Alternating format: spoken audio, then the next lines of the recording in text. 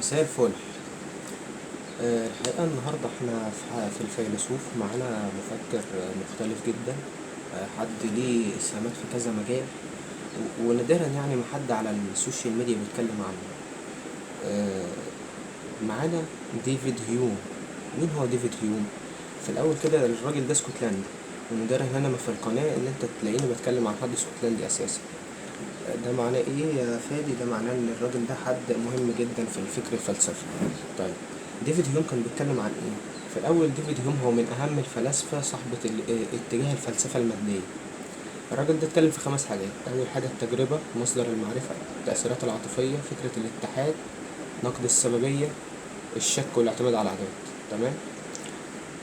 خلينا بس كده قبل ما نبدا في حلقه ديفيد هيوم، شير، لايك، سبسكرايب كده يعني، وانت وذوقك.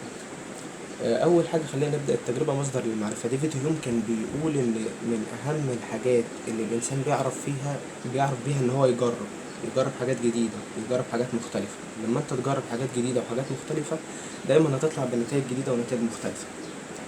طب انت ليه بتقول كده يا عم انت؟ هو بيقول كده لانه هو شايف ان كل انسان تجربته الشخصيه.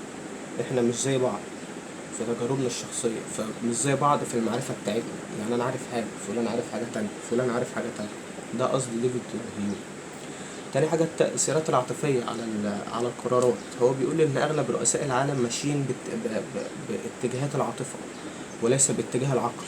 يعني إيه؟ يعني هو بيقول إن العواطف والأهواء بتاعت البني آدم ليها تأثير قوي جدا على قد إيه التحكم في قراراته، وعلى قد إيه التحكم في مصيره بعد كده.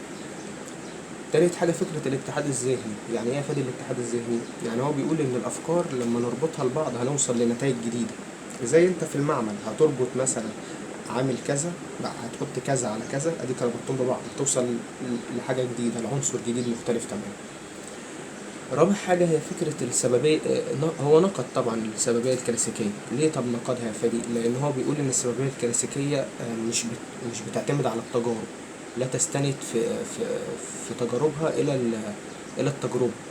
طب هو ليه بيقول كده؟ قلت لك في أول الحلقة لو تفتكر إن هو الراجل ده فيلسوف مادي. مادي يعني إيه؟ يعني بيقيم المعرفة على التجربة الذاتية أو الشخصية. فعشان كده هو نقد ديفيد هيوم دبح كل اللي قبليه من الفلاسفة. ليه؟ لأن هو بيقول إن التجارب هي أقل شيء في المعرفة الإنسانية. خامس حاجة والأخيرة في الفيديو بتاع النهاردة الشك والاعتماد على العادات. يعني إيه؟ يعني هو بيقول إن المجتمعات البشرية بتاعتنا دي هي في أغلبها بتعتمد على العادات والتقاليد اللي أغلبنا ماشي بيها ومسلم بيها، ما ينفعش ننقضها، ما ينفعش نشكك في صحتها. ليه؟ إحنا استلمناها من آبائنا وأجدادنا، مش هنغير فيها حاجة. فاهمين؟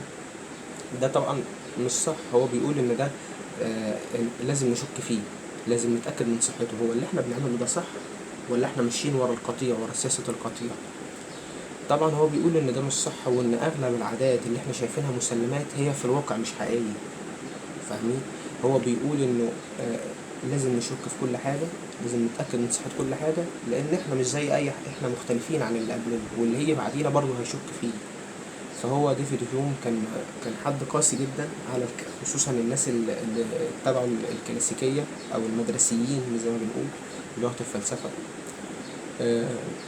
دي كانت اهم نقط اللي ديفيد هيوم اتكلم فيها او اتناقش فيها. تعالى كده نسردهم تاني مع بعض.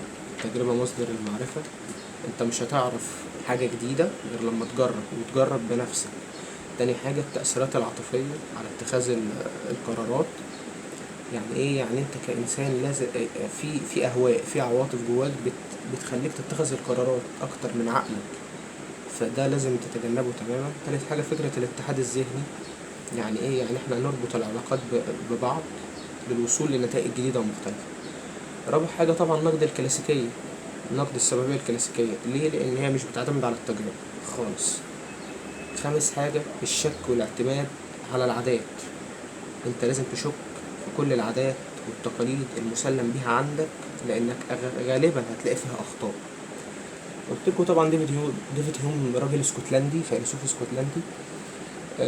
نادرا ما بنتكلم عن حد زي كده في القناة. لكن تعال اقول لك المصادر: مباحث حول الطبيعة البشرية، تاريخ انجاز الفترة البشرية، مباحث حول المبادئ الاخلاقية. الثلاثة لديفيد هيوم.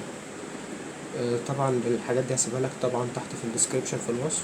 متنساش بقى شير لايك سبسكرايب، واشوفكم في حلقة جديدة. سلام.